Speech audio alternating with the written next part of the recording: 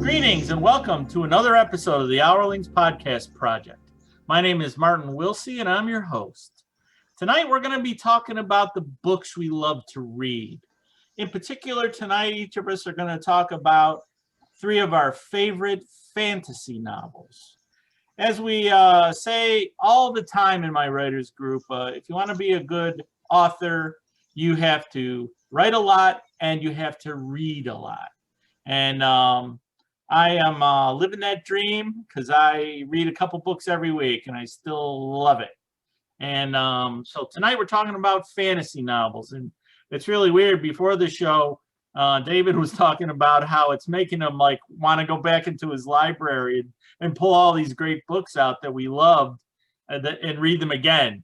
So that's probably going to happen because usually when we start talking about books, I'm either buying new books or going to my library and reading them again. So we're going to go around. I think I'll start. I'm going to start off talking about what makes me love a fantasy novel. Primarily, the thing about fantasy, the first thing that I always love is the world building, if it's done well, because they have to build a convincing world. They have to populate it. They have to describe magic systems or cultures and things like that. And if they do a really great job with that, the odds that I'll love this book is way higher. All three of my examples tonight have really super good world building. Another thing is characters. They always got to have really great, characters in it that you really, really fall in love with. And the other thing that I love is that they've got to be original. So many books out there are referential to other works that already exist. They can be good, The Sword of Shannara, I love that book, but it's very referential to Lord of the Rings. So I'll start off. The first book on my list is a novel by Stephen R. Donaldson called The Mirror of Her Dreams. Now, I love this book because it's got incredible world building, and it actually uses an author technique that I actually really enjoy when I find it in a novel. In this story, it's a person from the regular world, just like, just an ordinary individual that gets transferred into this fantasy realm, and hilarity ensues. And so the good thing about that kind of story is it brings the reader along as another just like regular dude, and the reader discovers the world as our protagonist is discovering the world. That's one of the big things I love about Mirror of Her Dreams. Plus, the fantasy is incredibly original. The magic system is detailed and 3D and just marvelous, and I love it. And it's big, and I could just sit here for an hour and just tell you about the story, but I would be killed later because of spoilers. But I mean, that's the thing about magic systems. I mean, writing good fantasy, you got to spend some time coming up with that magic system that you're going to use. And that's the great thing about that book, is that it does spend a lot of time on the magic system that makes it so authentic and so real. Yeah. And you feel it. And the way he just paints the pictures of the places is just fabulous. The next one on my list is The Son of Black Sword by Larry Correia. Now, it has all of those things. It has great characters, has great magic systems, great world building. But this book particularly has got a lot of action adventure. That is, just like a real kick-ass adventurous story with a protagonist that is flawed, and you just come to really, really love the protagonist. And it's just a great story on top of it. And actually, it's part of a series. Highly recommended. I love that. And the third one on my list is The Curse of Shalion by Lois McMaster Bujold. Talk about world building and detail and character development and believable scenarios of, you know, the stuff that happens to the characters that are in there. And one of the things I love about this book, you drop into the story like in the middle of a story. You know there's a bigger story happening here. Like a lifetime's worth, decades worth of story has already happened, but you just walked into the movie, you know, in the middle. And it's great. I love that. I just really love that about this story. And everything else, the settings, the characters, the magic systems, the adventure, the heroism, that's just what really is the big ones that I really love about fantasy novels. So that's my three. So who's next? How about Jeffrey? Oh, okay, never mind. Oh, well, Please. hey, Yes. sure. I will say this. I mean, some fantasy starts with just in a hole there lived a hobbit. And some people will say Tolkien was the king of fantasy. And he started out with that famous first line of The Hobbit, or There and Back Again.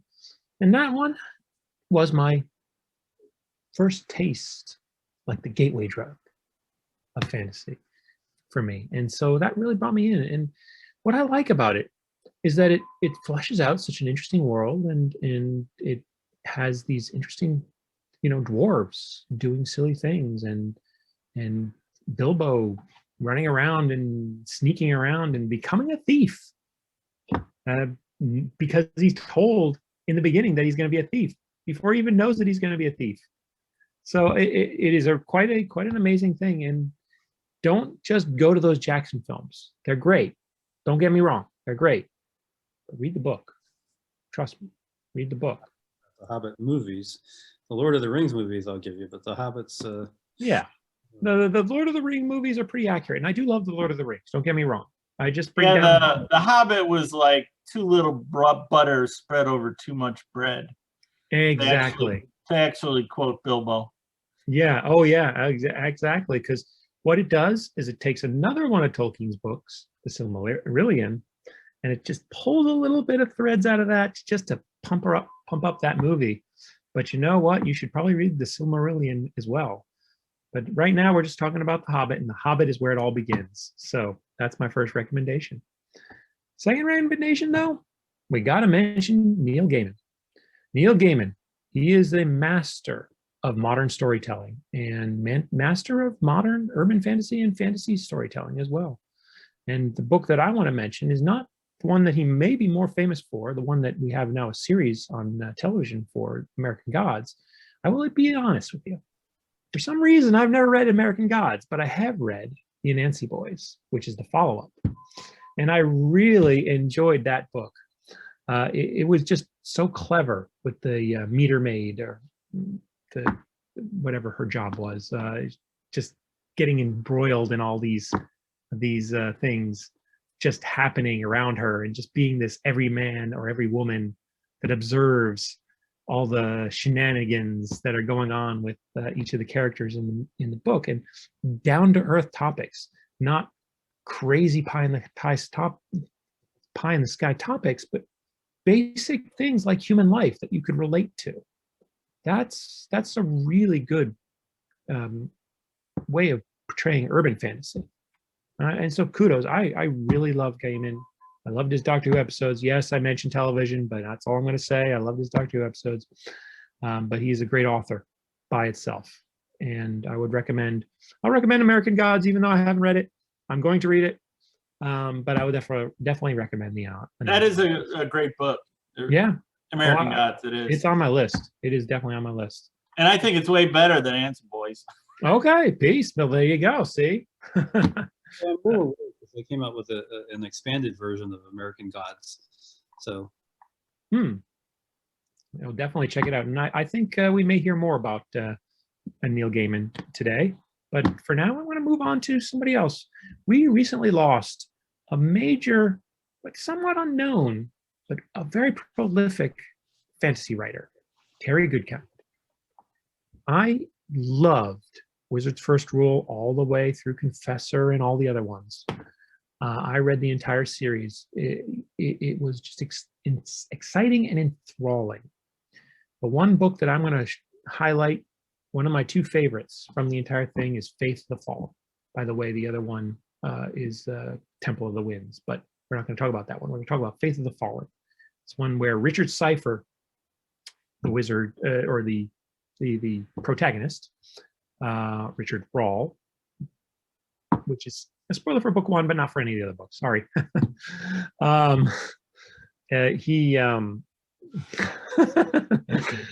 know. But anyway, so he's captured by an emperor of the South and thrown into slavery, effectively, but into a communist style slavery. And so it's an allegory. And that's what I like about it. It's just this allegory of communism and why communism is such a stain on our historical record. And putting that into a fantasy realm with magic and all of that, it's just an exciting. And the character Nikki got her own story. That's how good a character it was that he created in that book. Honestly, yeah, guys, check out Terry Goodkind. Start with Wizard's First Rule. Enjoy your way all through the thing and enjoy the ride, because it's a darn good fantasy series with great characters, great stories, and as I say, Faith of the Fallen, great allegory. Hey, you gotta. I know. I have to disagree with you on one thing. Okay. Terry Goodkind is not a little known author. Okay. If I had to come up with 20 of most memorable names in fantasy authors, Terry Goodkind would be on that list. Well, that's good to hear. I mean, he gets somewhat blindsided by the other author that came and published a bunch of stories around the same time about a little boy going to a wizarding school called Hogwarts. I disagree, man. You just don't read enough. But as I said, I've read all of Terry Goodkind. Okay, Shay, how about you? All right, well, I'll take some of the fall from Jeffrey too, because I don't read as much as a writer should read. I don't know if that's because I'm in college and I'm reading journal articles and all that stuff, or if it's just having being a control freak and wanting to be behind the keyboard instead of having a book. But I'm working on it. So I do have a list of 3 of my favorite fantasy books. But as I said last time, for our science fiction book read off, this isn't like the top 3 or the only 3. These are just 3 that I thought of today that I really love and thought I'd share with you. And they're all 3 of them are very different too. So I hope that is helpful for a wide variety of tastes with our many viewers, right, guys? The first on my list, a little biased because it's written by a dear friend of mine who only became a dear friend because I was first a fan. And I wrote to him every single day through his website, fan letters, and he wrote back every single day. And so it got to the point where he would say, what kind of day is it without an email from Shay? We have to have an email. And so now we have a wonderful friendship. He's been a mentor to me as a rising author myself. And he even dedicated his final book in the series to me. So I'm really am biased, but it is a great series. It's New York Times bestselling. So not just rosy tinted glasses here. And the series is called The Ranger's Apprentice. It is a YA targeted series, but I know many adults who love it as well.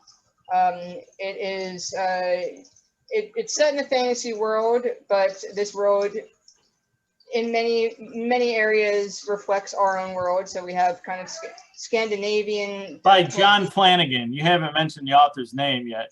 I haven't. Okay, by John Flanagan.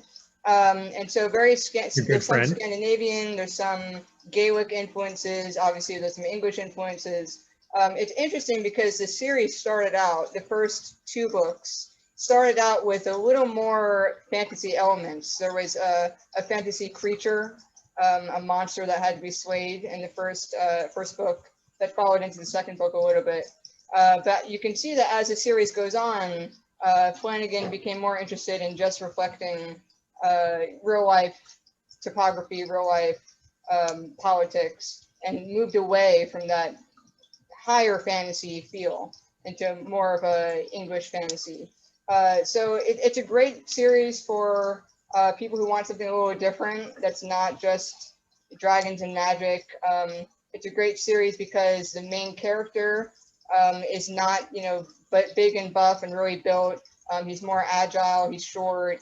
At first he's very self-conscious about this, but he realized he has great skill as a ranger, which is kind of like the CIA of the fantasy world. So it's really cool. And there's a lot of great adventures that follow. So I definitely recommend The Ranger's Apprentice by John Flanagan. The second book I recommend kind of falls into children's fantasy category. And it harkens upon one of my favorite motifs in fantasy, which is rodents. Things like Wind in the Willows, even The Secret of Nim would be familiar here. But this book is Redwall by Brian, is it Jacques or Jake? I don't know how you pronounce his last name. Jake's, whatever, something French. Jeffrey, help me out. Don't you speak French? Jacques. I would say Jacques? You think it's Brian Brian Jacques. Okay, very Why good. not? Yeah, so I just love fantasy like this that, like I said, brings in critters and humanizes them or makes them anthropomorphic or whatever it is. Just great classical fantasy. An unlikely hero has to rise to the occasion to defend the little town from a big villain coming in. But just such great writing. It's a series as well. If you like Redwall, then you won't be short on things to read. I remember my introduction to it was my older cousin gave it to me as a Christmas gift and said that part of the gift was that we would get to talk about it together. And I thought that this cousin was like the coolest thing in the world. So my cousin Lauren, who was a good like 10 years older than I am, paying attention to me and wanting to have a book club with me was a really big deal. So I was really, really excited. So I might be a little biased there with Lauren, but yeah. So I definitely loved Redwall. I love Redwall too. I got to tell you. So I used to take my kids when they were children to the library all the time, and I love reading books with them. And the Redwall series just brought us joy, and awesome. I enjoyed that immensely as a grown-up. Yeah, and it helps the protagonist is also named Martin. Yeah, that's always big help. Yeah, so there you go. You heard it from Marty that adults can like Redwall too, even though it was targeted at children. Already approved. And my third recommendation is one that I'm sure that no one here has read because it's a YA targeted fantasy. But it is called Once Upon a Marigold by Jean Ferris. And it is a romantic fantasy, I would say. There is a lot of humor in it. It's very lighthearted, but I like it because it is just a classic fairy tale type fantasy. There's a castle, there's a boy that works in the stables who's in love with the princess. So a lot of cliches, but a lot of twists as well that make it really funny and silly. And for me, just being able to have a fantasy novel as I was growing up, because when you're a kid, you have stuff like Redwall and you have a bunch of options for fairy tales. And then when you move into wanting to read YA, fairy tales are not as abundant. So it was great to have this kind of transition of older reading, but still harkening back to my favorite things that fairy tales make you feel. And just to close up, kind of like Marty was saying, what I look for in general in a good fantasy novel is, as Marty said, the world building is very important, but particularly with the world building, I think it should feel foreign and exciting, but at the same time familiar and like you belong there, like it's a home that you are just longing to go back to, which is a really hard combination to achieve, but with the right balance of prose and world building, it's possible. And so those magical books that achieve that are my favorites. So those are 3 recommendations. I hope you enjoy it, and I guess I'll let David take it away with the last 3. Hey, before we move on, yeah, I happen to have a penchant for books about rodents too. Oh, good. Okay, so Watership Down was a candidate for my list Mhm. Wow. today, because Mhm. that had amazing world building and character development. Yeah, I don't know Whether what it's it is. fantasy or not is I think debatable. it's definitely a British thing. I don't know why it's a British thing, but there's like a lot of British authors that I'm thinking of, like Beatrix Potter, Yeah. even, which is, you know, very picture book children's I fantasy. But yeah, it seems to be something that the British like to do. I mean, and C.S. Lewis, Narnia, I mean, that's not quite rodents, but it's a lot of animals Yeah. in the Yes. fantasy. Watership Down doesn't count as rodent fiction. So, what did you say, David? Watership Down doesn't count as rodent fiction. No. Yeah, rodent fiction. That'll be a good topic one night. Yeah. Oh, there you yeah, go. yeah. I get Bugs Bunny. Let's do it. All right. Well, and then of course the gorilla in C.S. Lewis. The gorilla? You mean the lion? No, the gorilla in the last book. Oh, the last one. Yeah, yeah. Yeah. All right, so Dave, so it's your turn. All right. So my 3 books, I tried to pick books A, that I really liked, but B, also that were influential in very different ways on the whole fantasy genre. The first is Neverwhere by Neil Gaiman. Mm.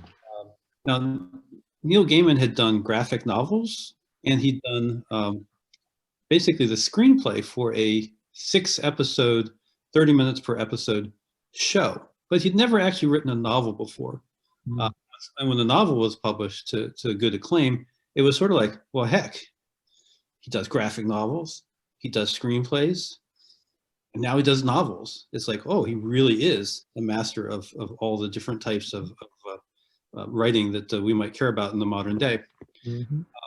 I like the story in all of its different formats. I own it as a novel. I own it in its original 6-episode series. And I also own it. It was published later on as a very nice graphic novel. Now, the premise is that Richard Mayhew stops to help an injured girl lying on the sidewalk in London. Before he knows it, his life is gone, and he's pulled into a dark, fantastical world beneath the streets of London, where magic works and bad things are afoot. I like I said, I like all aspects of the story. I like the TV series, even though the acting is bad. Yeah. No, it was pretty good though. The series itself, yeah. Some of the actors were bad. A couple of the actors were great. And despite its flaws from a production standpoint, it totally works for me. And you don't even mind at the end that the CGI effects aren't sufficient for the climax, because you get the climax even though it's not really there on the screen for you. So Neverwhere, probably not the biggest of Neil Gaiman's novels, but it was first, and I've probably read it and reread it more times than any of his other novels. That was published in 1997. The second one is a book called War for the Oaks, which is a little less known. It's by a writer named Emma Bull. He was Hugo nominated for a number of novels earlier in her career. War for the Oaks was basically a precursor to urban fantasy. It was one of the first books that appeared that you could actually reasonably put the urban fantasy label on it. So the whole urban fantasy field owes a lot to the things that Emma Bull did in this novel. It's about a Edie McAndry, a rock and roll singer who gets drafted into a fairy war that she didn't even know existed. What more could you want? Fae and rock and roll. Very influential. It's available on Amazon, ebook, hardback, paperback, you name it. It still holds up very well, and this is a 1987 novel. Highly recommend it. Mm-hmm. The last is a novel called Privilege of the Sword by Ellen Kushner. Now, she's not one of the more prolific writers. She's only written books in this series, which has come to be known as the Riverside series. It's medieval. It feels like fantasy, although there's actually no magic in it. It's kind of like Pride and Prejudice, but with sword duels, sex, and dangerous skullduggery. The premise here is that Catherine is A well-bred country girl versed in society's rules, unfortunately, her uncle, the mad Duke Tremontaine, brings her to town and decides that his niece should learn swordplay. Little does Riverside know the kind of trouble they're about to experience. It's got a coming-of-age story. It's got all kinds of political skullduggery. It's got duels. It's got action. It's got sex. It's got pretty much everything you want in a story. And besides that, it's witty. It is fun. And there are some plot twists that you just don't see coming. So 3 entirely different types of fantasies. From 1987, War for the Oaks by Emma Bull. From 1997, Neil Gaiman's first novel, Neverwhere. And from 2006, Privilege of the Sword by Ellen Kushner. Go for it. So Excellent. that makes me think, what's the definition of fantasy then? If the story that you just described takes place in medieval times, was it real places? I say medieval. It's not medieval in our history. Okay, so it does have a fantasy that I would call that a fantasy component, that it's not our world. It is definitely not our world. It's an unnamed city with a district called Riverside. It's all about the machinations of the different nobles and the fights and the politics and the skullduggery and everything. There's no magic, but it feels like a fantasy. It's marketed like a fantasy. I feel like it's sort of a treat that a lot of people in the field or outside the core science fiction and fantasy readership don't necessarily know about her, but I think her stuff is awesome. Awesome. Indeed. Cool. Quite brilliant. Well, after the show's over, check down in the comments. We're going to list links to all the books that we discussed tonight, and maybe a few that we didn't discuss. But that was another great show, guys. Anything else we want to add before we roll out of here?